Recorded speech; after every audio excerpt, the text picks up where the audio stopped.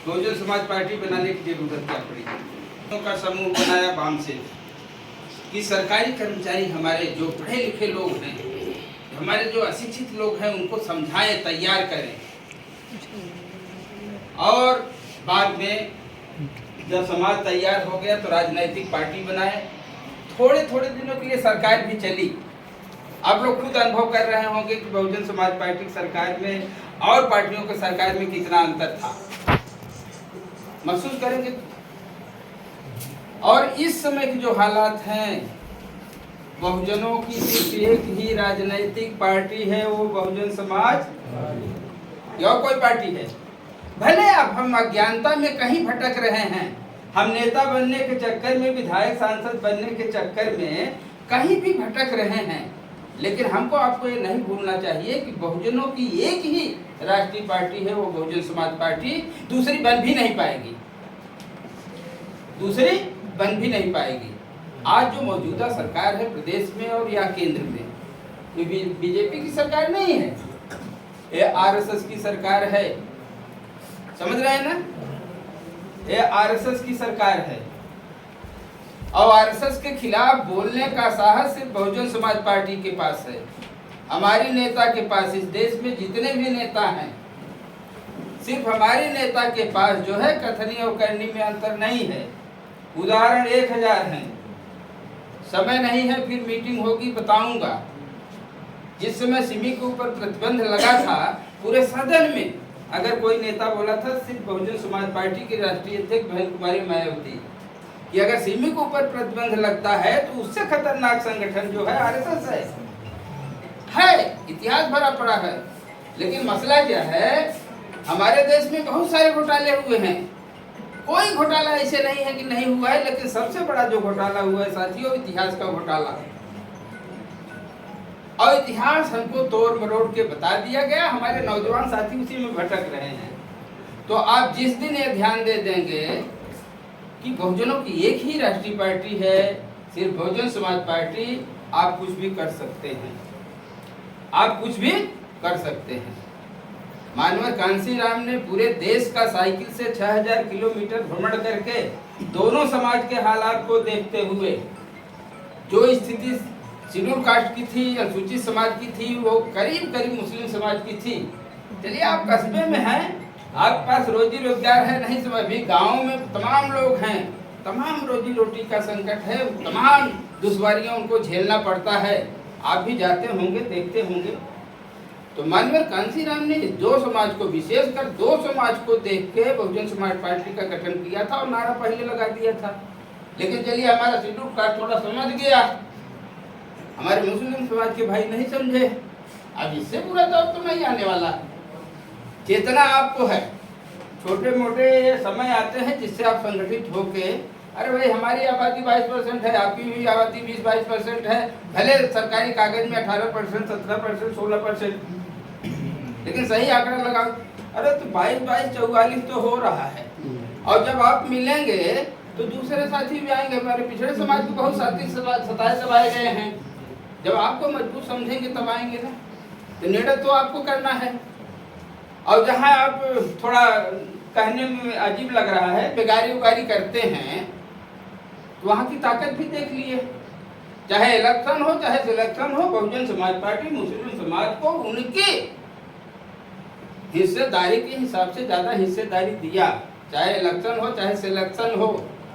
Selection मतलब समझ रहे हैं ना, चाहे मंत्री चाहे राज्यसभा, और इलेक्शन में एमएलए एमपी बनने का टिकट, भाई हम आप जितना इकट्ठा हुए उतने लोग जीत के गए। तो चलिए छोटा सा ये है नगर पंचायत का चुनाव, अगर इसमें आप बेहतर अपने आने वाली पीढ़ी का भविष्य देखना चाहते हैं कि वो सुरक्षित रहे, मान स्वाभिमान सम्मान से, छोटी मोटी जो रोजी रोटी है वो महफूज रहे, तो सिर्फ एक ही पार्टी अमन चैन दे सकती है इस देश में, वो है बहुजन समाज पार्टी। बाकी तो सब चाहते हैं। हम आप दोनों लोग घूम के वोट दिए, बहुत सालों तक इस देश में कांग्रेस पार्टी ने वोट किया।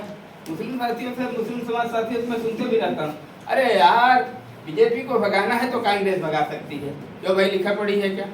कांग्रेस साथ अब कौन सी वोट रह गई है? कांग्रेस और बीजेपी दोनों एक सिक्के के दो पहलू हैं।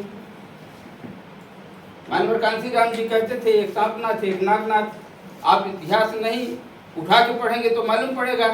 आपके हालात बहुत अच्छे थे, लेकिन 365 दिन होते थे, 400 दंगे पूरे देश में होते थे। आपकी माली हालत खराब कर दी गई। भाई सच्चा रिपोर्ट कोई पढ़ ले साथी, समझ में आ जाएगा क्या हालात हैं।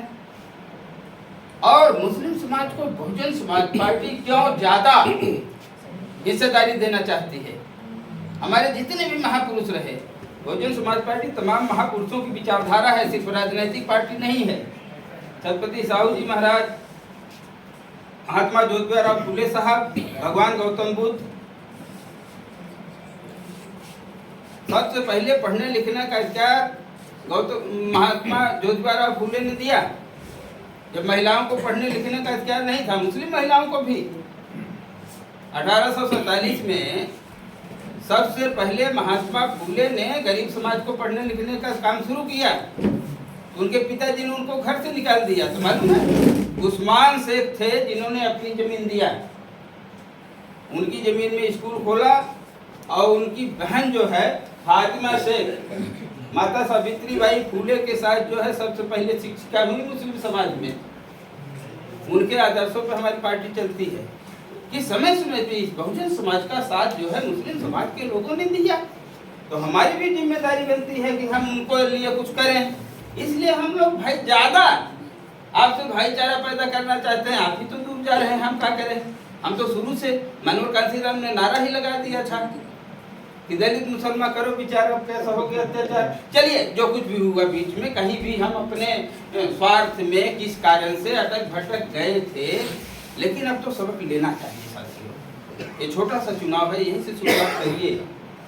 अगर शुरुआत करेंगे, थोड़ा भाईचारा बनाएंगे, बहुत ज़्यादा लोगों की ज़रूरत नहीं है। 10-20 लोग 30 लोग बस इकट्ठा हो जाए, जिनको भाईचारा बनाने की जिसके अंदर क्षमता है, जानकारी है, अनुभव है और इलेक्शन का थोड़ा बहुत ज्ञान है, वो सब खाली ये मान के लड़े कि हम चुनाव लड़ रहे हैं, हमको चुनाव जीतना है, तो आप जीतेंगे। बाकी हम लोग भी हैं, जितना होगा हम लोग देखेंगे।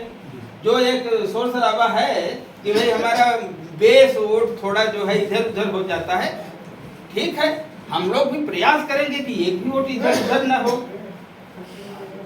इसकी हम लोग कोशिश करेंगे। और अगर करना है वास्तव में मन से, तो आज यहाँ टीम गठित कर लीजिए। जितने वार्ड हैं, वार्ड में हमारे एक साथी लग जाएं, हमारे सेक्टर के पदाधिकारी चिन्हित कर दीजिए आज जो है।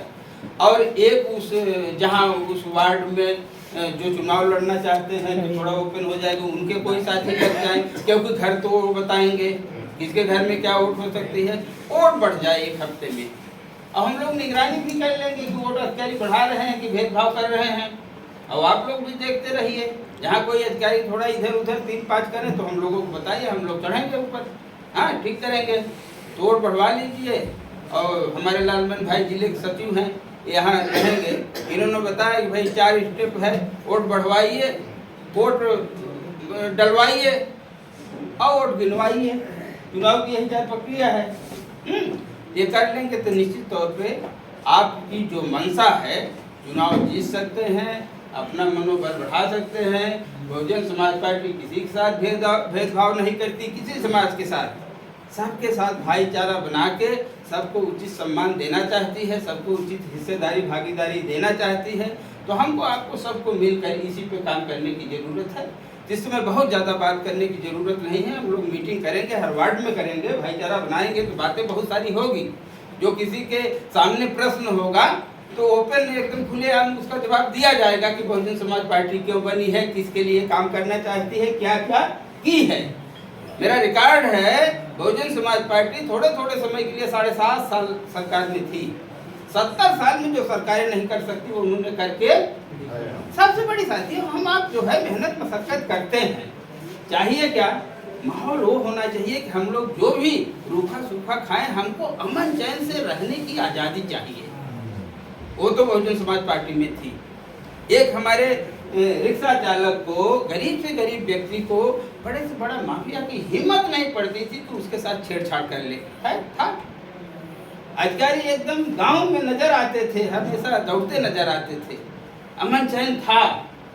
तो सभी चाहते हैं कि अमन चैन हो, तो पुनः हमको ही आपको वो करने की ज़रूरत है, दूसरा कोई नहीं करने आएगा। तकलीफ हमारी है तो हमको ही कोशिश करने होगी, कोई दूसरा कोई दूर करने नहीं आएगा। तो बहुत सारी बात न करते हुए अपने तमाम संतों महापुरुषों को फिर से नमन करते हुए, सभी उपस्थित साथियों का हार्दिक स्वागत करते हुए, उम्मीद करते हुए कि वास्तव में अगर आप कुछ करना चाहते हैं तो सच्ची मनसा से अभी से काम शुरू कर दें। इन्हीं भावनाओं के साथ अपनी बात को समाप्त करता हूँ। जय भीम, जय भारत।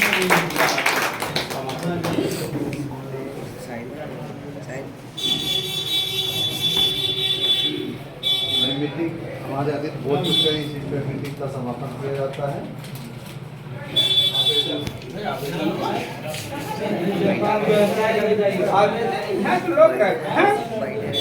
अंगद जवन कहे तवन हम करब, हमारा काम तो है सेवा करना, कब ना है? जो सब मन मनसा हो जाएगी तो हम उस पर काम करेंगे।